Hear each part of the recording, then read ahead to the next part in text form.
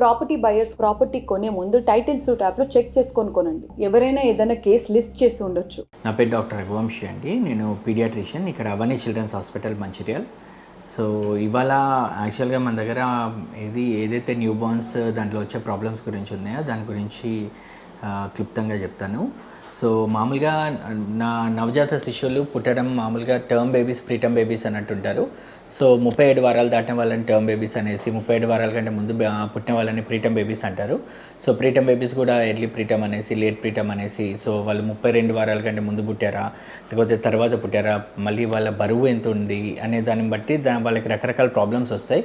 So మెయిన్గా preterm babies మా దగ్గర రకరకాల ప్రీటర్మ్ బేబీస్ వస్తాయి. అంటే వాళ్ళు ఏడో నెలలో పుట్టిన వాళ్ళు, లేకపోతే చాలా తక్కువ బరువు ఉన్న వాళ్ళు, 600 చిల్లర కానీ, లేకపోతే 900 గ్రాములు,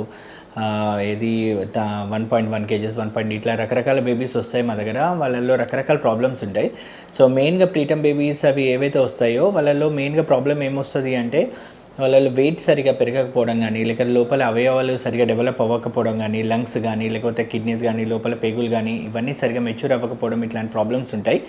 సో మెయిన్గా ఏంటంటే లంగ్స్ ఒకవేళ సరిగా మెచ్యూర్ అవ్వకపోతే వాళ్ళకి హైలైన్ మెంబ్రేన్ డిసీజ్ అంటాం దానికి సర్ఫాక్టెంట్ థెరపీ అనేసి, వాళ్ళని సిపాప్ మీద కానీ, లేకపోతే వాళ్ళ ఊపిరి తీసుకోవడానికి ఇబ్బంది ఏ విధంగా ఉందో దాన్ని బట్టి, లేకపోతే వాళ్ళ సాచురేషన్ ఎంత ఉంది, హార్ట్ రేట్ ఎంత ఉందో దాన్ని బట్టి వాళ్ళని వెంటిలేటర్ మీద పెట్టడం కానీ ఇట్లాంటివి జరుగుతాయి.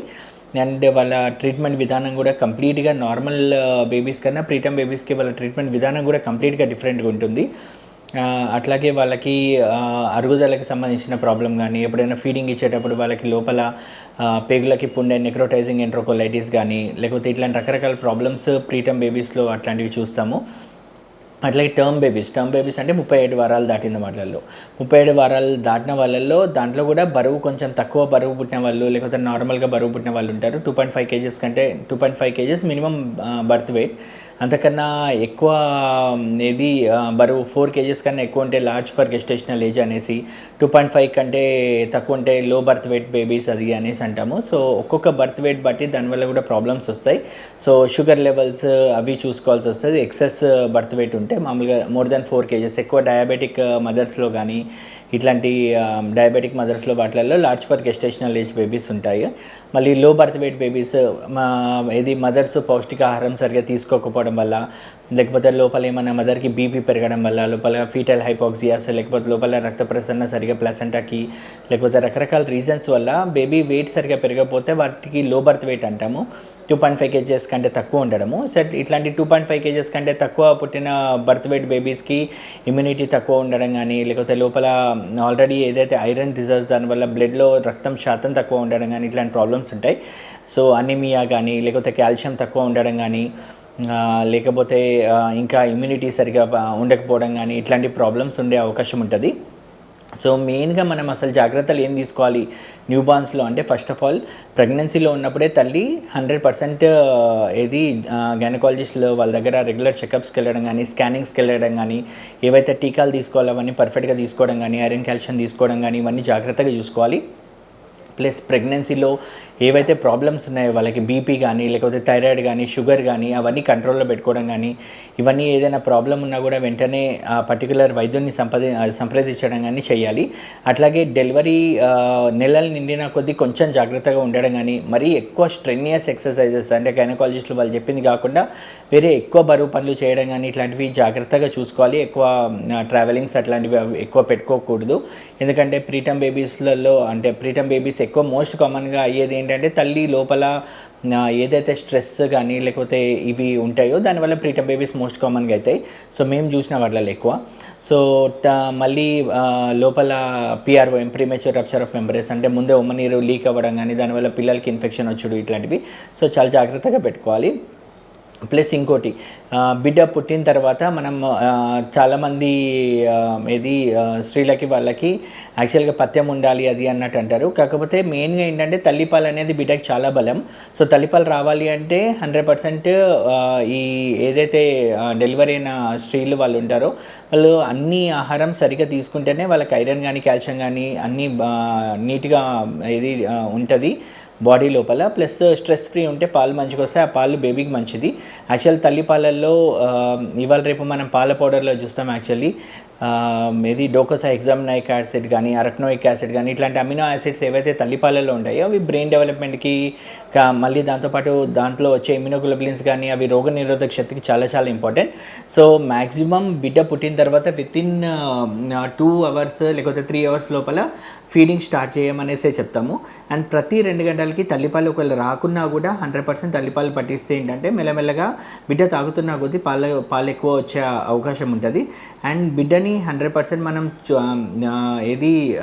హ్యాండిల్ చేసేటప్పుడు చాలా జాగ్రత్తగా హ్యాండిల్ చేయాలి. చేతులు కడుక్కోవాలి. బిడ్డకి పాలిచ్చే క్రమంలో ఏదైతే మనం యూజ్ చేస్తామో అంటే ఇన్ కేస్ ఒకవేళ డబ్బా పాలు ఇచ్చే క్రమంలో అయితే లేకపోతే ఉగ్గు గిన్నెతో ఇచ్చే క్రమంలో అయితే ఉగ్గు గిన్నె మంచిగా కడుక్కోవడం కానీ లేకపోతే బాటిల్స్తో కొంతమంది ఇస్తారు. మామూలుగా అయితే బాటిల్స్ మేము డిస్కరేజ్ చేస్తాము. ఇన్ కేస్ బాటిల్స్తో ఇచ్చే వాళ్ళు ఉన్నారంటే మాత్రం బాటిల్లో నిప్పులు తీసేసి దాని బాటిల్ క్యాప్ కానీ ఆ లోపల కానీ ప్రతిదీ చాలా చాలా జాగ్రత్తగా నీట్గా కడుక్కోవాల్సి వస్తుంది. దాంట్లో కొంచెం ఏదైనా జిడ్డు ఉన్నా కూడా దానిపైన బ్యాక్టీరియా పెరిగేసి బిడ్డలకి ఇన్ఫెక్షన్ వచ్చే అవకాశం ఉంటుంది. మళ్ళీ ప్రతి నెల రోజులకు ఒకసారి నిప్పులు చేంజ్ చేయడం కానీ 2 నెలలకు ఒకసారి లేకపోతే 1.5 2 నెలలకు ఒకసారి బాటిల్ చేంజ్ చేయడం కానీ చాలా ఇంపార్టెంట్. మనం బాటిల్ని ఒకరు కొనుక్కోకపోవడం వల్ల మనం ఏదైనా ప్రాబ్లం వచ్చి హాస్పిటల్ అడ్మిషన్ అయితే హాస్పిటల్లో ఒకరోజు అడ్మిషన్ ఖర్చుతో మనకి దగ్గర 5-6 నెలల బాటిల్స్ వస్తాయి. సో అందుకోసమని ఖచ్చితంగా చాలా జాగ్రత్తగా ఏదైతే హైజీనిక్ మెషర్స్ ఉంటాయో అవన్నీ చూసుకోవాలి. అట్లాగే ఎవరైనా దగ్గు జలుబు ఉంటే వాళ్ళకి బిడ్డని ఇవ్వకపోవడం కానీ లేకపోతే మనకే ఉంటే మూతికి మాస్క్ పెట్టుకొని వాళ్ళని హ్యాండిల్ చేయడం కానీ ఇట్లాంటివి చేయాల్సి వస్తుంది. సో అట్లాగే జాండీస్ ఉన్నప్పుడు జాండీస్లో చిన్నపిల్లల్లో 2 రకాలు ఉంటాయి, ఫిజియోలాజికల్ ప్యాథలాజికల్ అని. మామూలుగా పుట్టిన వెంటనే ప్రతి 4వ రోజు నుంచి మామూలుగా జాండీస్ కనబడడం జరుగుతుంది. అది ఫిజియోలాజికల్ జాండీస్, దానికి పెద్ద భయపడాల్సిన అవసరం ఏమి ఉండదు.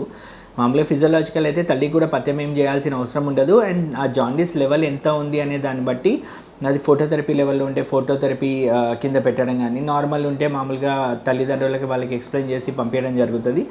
అండ్ ఇంకోటి ఇన్ఫెక్షన్స్లో most common early onset sepsis, late onset sepsis అనేసి అంటాము.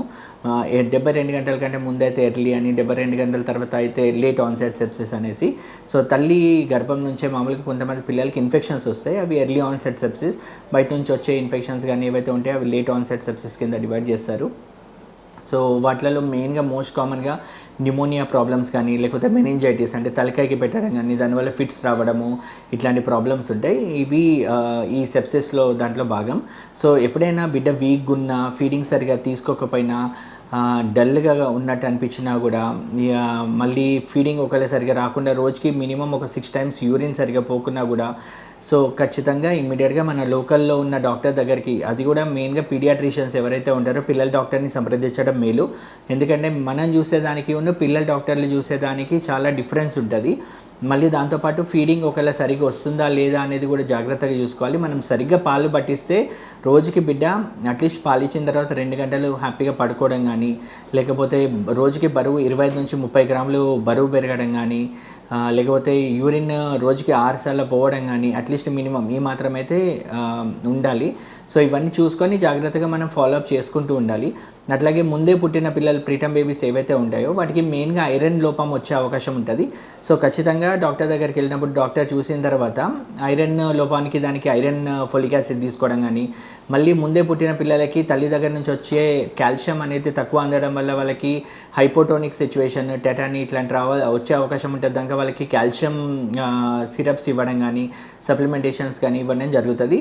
అండ్ ఇంకోటి థైరాయిడ్ సమస్య, తల్లికి థైరాయిడ్ సమస్య ఉంటే ఖచ్చితంగా 4వ రోజు బిడ్డకి థైరాయిడ్ పరీక్ష 100% చేయించాలి. ఇది పద్ధతి ప్రకారం. మామూలుగా 99% నార్మలే ఉండొచ్చు, కాకపోతే ఆ 1% ఛాన్స్ తీసుకోవడం వల్ల బిడ్డకి బుద్ధి సరిగా పెరగకపోవడం కానీ తెలివితేటలు తక్కువ ఉండడం కానీ ఇట్లాంటివి ఉంటాయి. సో జాగ్రత్తగా చూసుకొని థైరాయిడ్ పరీక్షకు కూడా స్క్రీనింగ్ చేసుకోవాల్సిన అవసరం ఉంటుంది.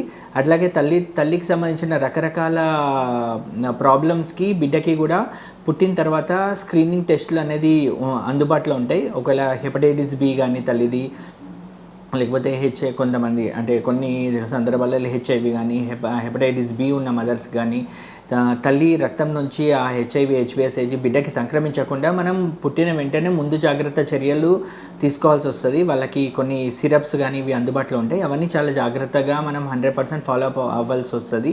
అట్లాగే తల్లికి ఏది చికెన్ పాక్స్ అట్లా లాస్ట్ ట్రైమిస్టర్లో అట్లా చికెన్ పాక్స్ ఉంటే కానీ బిడ్డకి ప్రాబ్లం రాకుండా ఇట్లా రకరకాల రీజన్స్ ఉంటాయి. సో అవన్నీ బిడ్డకి రాకుండా జాగ్రత్తగా స్క్రీనింగ్ చేసుకోవడం అనేది చాలా ఇంపార్టెంట్. ప్లస్ బేబీ పుట్టిన తర్వాత 100% బేబీకి మనం కొంచెం వెచ్చగా ఉంచాలి. అట్లని చాలా వెచ్చగా ఉంచేసి బిడ్డకి ఫీవర్ వచ్చేటట్టు కాకుండా మనకి ఏదైతే కంఫర్టబుల్గా ఫీల్ అవుతామో మామూలుగా ఎన్ఐసీలో 28 to 29 degrees సెంటిగ్రేడ్ వరకు మెయింటైన్ చేపిస్తే బెటర్. అట్లాగే ఫీడింగ్ ప్యాటర్న్ ఇవ్వడం కానీ. మళ్ళీ ఇంకొకటి ఏంటి అంటే కొంతమంది పిల్లలకి పాలిచ్చేటప్పుడు కింద పడుకోబెట్టి పాలు ఇవ్వడం జరుగుతుంది. అట్లాంటివి అస్సలకే ఇవ్వద్దు. ఎప్పుడైనా కూడా తల్లులు పిల్లలకి పాలిచ్చేటప్పుడు తలకాయ అనేది ఎప్పుడైనా కూడా కొంచెం పైకి ఉండాలి మన బాడీ కన్నా. ఎందుకంటే పాలిచ్చే క్రమంలో కొంచెం సరం తప్పి పాలు లోపలికి వెళ్ళడం వల్ల దానివల్ల వాళ్ళకి ఊపిరి తీసుకోవడానికి ఇబ్బంది కూడా చాలా ఎక్కువ అవుతుంది. దానివల్ల సడన్ SIDS అంటారు, సడన్ ఇన్ఫెంట్ డెత్ సిండ్రోమ్స్ అని, ఇట్లాంటివి చాలా కామన్. దాంట్లో ఇదే మిల్క్ యాస్పిరేషన్ అనేది చాలా కామన్. సో 100% పైకి లేపే ఇవ్వాలి. అండ్ చాలా జాగ్రత్తగా పాలిచ్చిన తర్వాత మీదేసుకొని 20 minutes బర్పింగ్ చేయాలి. ఇప్పుడు ప్రజెంట్ మళ్ళీ చూసుకుంటే ఇప్పుడు ఏదైతే వస్తుందో అది వర్షాకాలం. సో వర్షాకాలంలో నార్మల్గా సీజనల్ వ్యాధులు అనేది చాలా కామన్.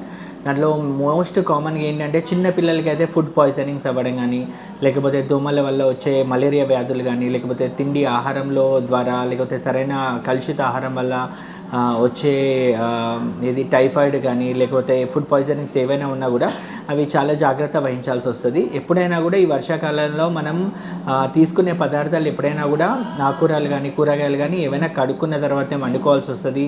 చేతికి కూడా జాగ్రత్తగా చూసుకోవాలి. గోళ్ళు ఏమైనా ఉంటే కట్ చేసుకోవాలి. మళ్ళీ ఇంట్లో ఆహారం వండేటప్పుడు కూడా మంచిగా నీట్గా హైజీనిక్గా చేతులు కడుక్కున్న తర్వాతే ఆహారం వండాల్సి వస్తుంది.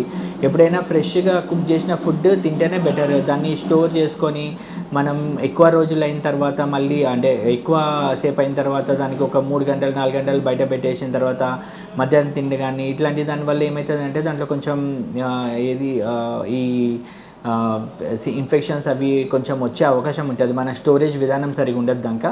అవన్నీ కూడా చాలా జాగ్రత్తగా చూసుకోవాలి. మళ్ళీ పాలు పట్టించేటప్పుడు పాలల్లో ఏదైతే మనం యుటెన్సిల్స్ అవన్నీ యూజ్ చేస్తామో కూడా పాలు పోసేటప్పుడు దానికి యుటెన్సిల్స్ అవన్నీ నీట్గా కడిగి హ్యాండిల్ చేయడం అట్లాంటివి చేయాలి.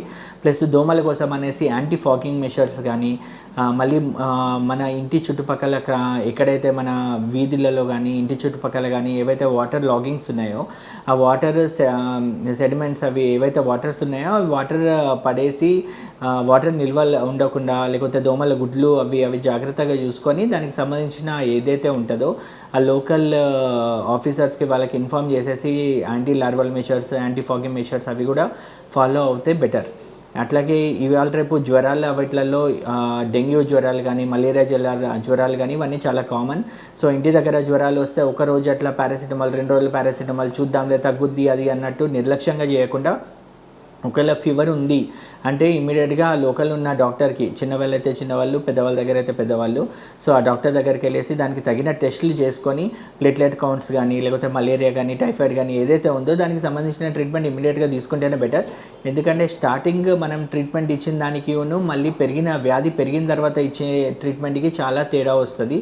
కొంచెం సీరియస్ అయిన తర్వాత ట్రీట్మెంట్ ఇచ్చినప్పుడు కొన్నిసార్లు పనిచేయచ్చు, పని చేయకపోవచ్చు. అట్లాంటప్పుడు ఎప్పుడైనా కూడా ముందు జాగ్రత్త మేలు.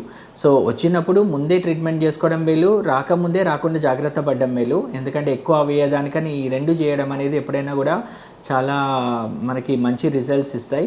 అట్లాగే మన పక్క వాళ్ళకి హెల్త్ ఎడ్యుకేషన్ ఇవ్వడం కానీ, ఎవరికైనా తెలియని వాళ్ళు ఉంటే వాళ్ళకి చెప్పడం కానీ, లేకపోతే ఈ రోగాలకి మనం ఎట్లా చేయాలి అనే దాని గురించి ఒక గ్రూప్ డిస్కషన్ కానీ, హెల్త్ డిస్కషన్ కానీ అట్లాంటిది మీ ఏరియాలలో పెట్టుకొని కొంచెం హెల్త్ గురించి అవగాహన కల్పించడం కూడా ఇట్లాంటి వాటికి చాలా తగ్గించే అవకాశం ఉంటుంది.